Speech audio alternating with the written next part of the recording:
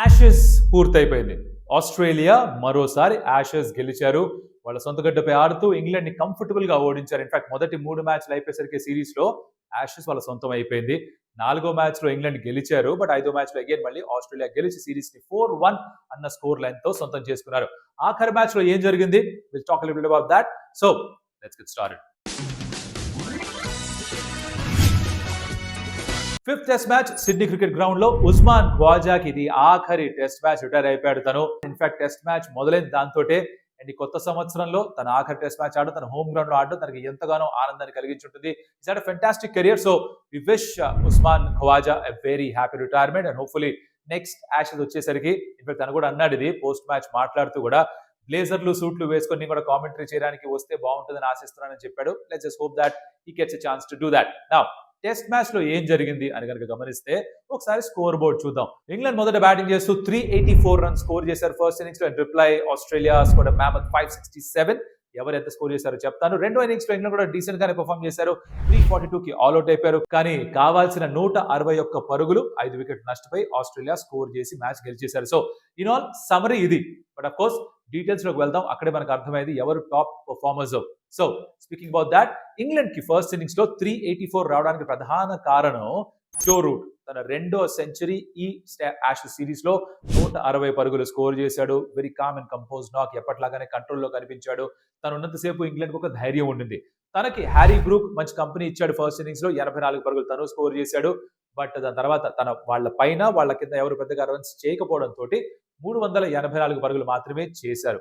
Michael Neser he got 4 wickets in the first innings and reply చేస్తూ Australia 567 పరుగులు score చేశారు. దీంట్లో ప్రధాన ప్లేయర్స్ ఎవర్రా అని చూస్తే ట్రావిస్ హెడ్ 163 పరుగులు స్కోర్ చేశారు. ఇన్ఫాక్ట్ ఈ యాషెస్ సిరీస్ లో ఐ థింక్ 500-600 కంటే ఎక్కువ రన్స్ తనకు ఉన్నాయి. కన్సిస్టెంట్ గా ఆడాడు.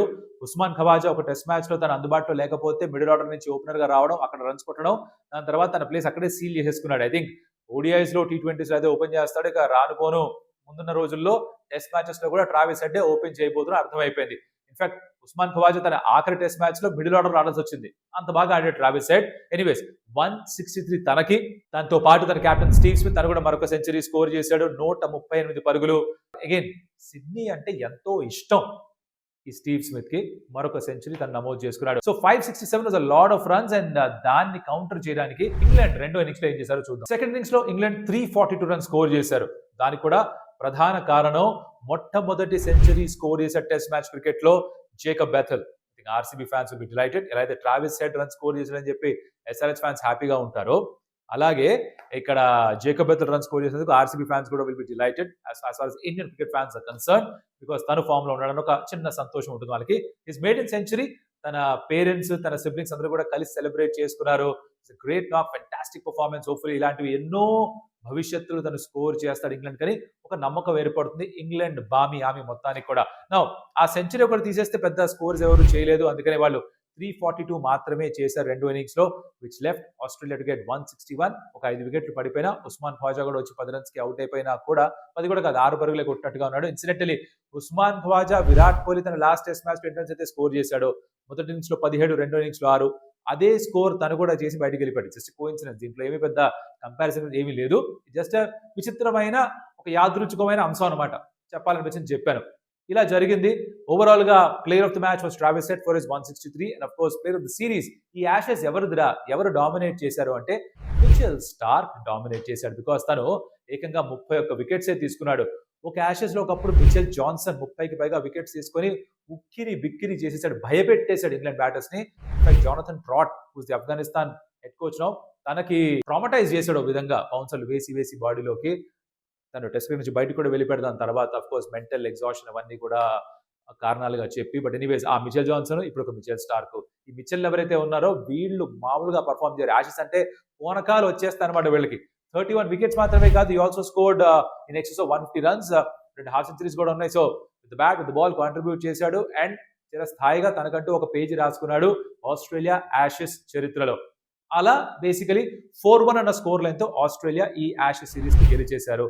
చాలా ప్రశ్నలకి సమాధానాలు వెతుక్కోవాలి ఇంగ్లాండ్ టీం. బికాస్ వాళ్ళ బ్యాస్ బాల్ అప్రోచ్ ఇక పనిచేయట్లేదు. వాళ్ళ కెప్టెన్ బెన్ స్టోక్స్ కూడా మ్యాచ్ అయిపోయిన తర్వాత ప్రెస్ కాన్ఫరెన్స్ లో మాట్లాడుతూ అన్నాడు దట్ మేము ఆడడం మొదలుపెట్టిన బాల్ ఒకప్పుడు బాగానే పనిచేసింది, కానీ ఇప్పుడు మిగతా టీమ్స్ దాన్ని ఎలా కౌంటర్ చేయాలో వాళ్ళ దగ్గర ప్లాన్స్ ఉన్నాయి. సో మేము మా ఆట తీరుని మళ్ళీ తిరిగి అనలైజ్ చేసుకొని, రీఅడ్జస్ట్ చేసుకొని, రీకాలిబ్రేట్ చేసుకొని రావాలి అని బెన్ స్టోక్స్ అయితే ఒప్పుకున్నాడు. ఇప్పుడు 5 మ్యాచ్ సిరీస్ లో 4 మ్యాచ్లు ఓడిపోయిన తర్వాత దాన్ని కవర్ చేసుకోవడానికి కూడా కుదరదు.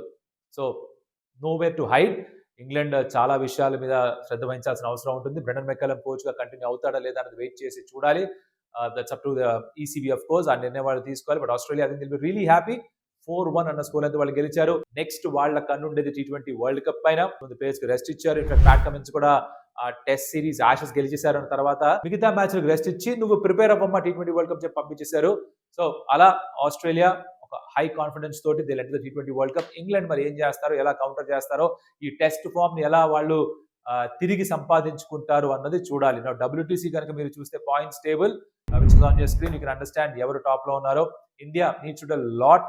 ఈసారి కనుక టాప్ 2 లో ఫినిష్ అవ్వాలంటే ఎక్కువ మ్యాచ్లు మిగిలిన వాళ్ళ దగ్గర. సో కొంచెం అర్థం కాని పరిస్థితే ఇండియా ముందరుంది. Probability of not making it to the WTC finals ఎక్కువగా కనిపిస్తోంది. చూద్దాం ఏం జరుగుతుందో.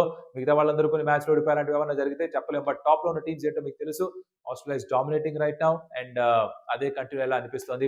Champion side, champion performance, very well done. And video నచ్చుంటే కనుక like the video, share it with your friends, comment about ఎవరి పర్ఫార్మెన్స్ ఎక్కువగా మిమ్మల్ని ఆకట్టుకుందో. అండ్ అఫ్ కోర్స్ స్టంప్ కి సబ్స్క్రైబ్ చేసుకోండి. మరొక మళ్ళీ కలుస్తాం. అప్పటిదాకా సెలవు. అడియోస్.